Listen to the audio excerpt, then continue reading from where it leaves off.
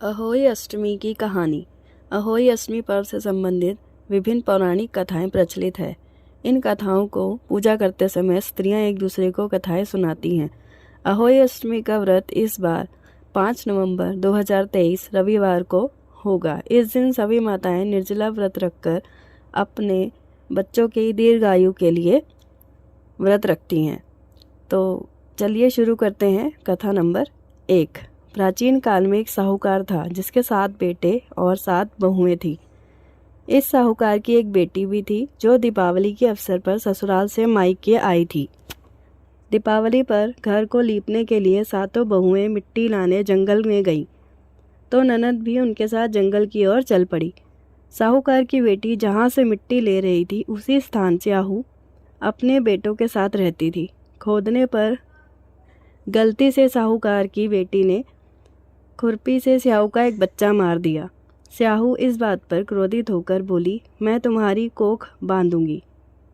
स्याहू की यह बात सुनकर साहूकार की बेटी अपनी 7 भाभियों से एक एक करके विनती करती है कि वह उसके बदले अपनी कोख बंधवा लें। सबसे छोटी भाभी ननद के बदले अपनी कोख बंधवाने के लिए तैयार हो जाती है। इसके बाद छोटी भाभी के जो भी बच्चे थे वह सभी 7 दिन के बाद मर जाते हैं। 7 पुत्र की इस प्रकार मृत्यु होने के बाद उसने पंडित को बुलवाकर इसका कारण पूछा। पंडित ने सुरही गाय की सेवा करने की सलाह दी। सुरही सेवा से प्रसन्न होती है और उसे स्याहू के पास ले जाती है। रास्ते में थक जाने पर दोनों आराम करने लगते हैं। अचानक साहूकार की छोटी बहू की नज़र एक और जाती है। वह देखती है एक सांप गरुड़ पंखनी के बच्चे को डसने जा रहा है और वह सांप को मार देती है। इतने में गरुड़ पंखनी वहां आ जाती है और खून बिखरा हुआ देखकर उसे लगता है कि छोटी बहू ने उसके बच्चे को मार दिया है। इस प्रकार वह छोटी बहू को चोंच मारना शुरू कर देती है। छोटी बहू इस पर कहती है कि उसने तो उसके बच्चे की जान बचाई है। गरुड़ पंखनी इस बात से खुश होती है और सुरही सहित उन्हें स्याहू के पास पहुंचा देती है। स्याहू छोटी बहू की सेवा से प्रसन्न होकर उसे 7 पुत्र और 7 बहुएं होने का आशीर्वाद देती है। स्याहू के आशीर्वाद से छोटी बहू का घर पुत्र और पुत्र की वधुओं से हरा भरा हो जाता है।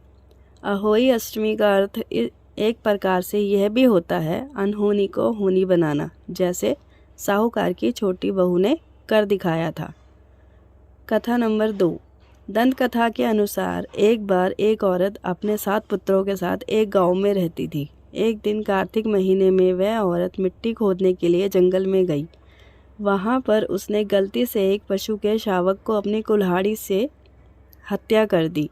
उस घटना के बाद उस औरत के 7 पुत्र एक के बाद एक मृत्यु को प्राप्त हो गए। इस घटना से दुखी होकर उस औरत ने अपनी कहानी गाँव की हर एक औरत को सुनाई। एक बड़ी औरत ने उसे यह सुझाव दिया कि वह माता अहोई अष्टमी की आराधना करे।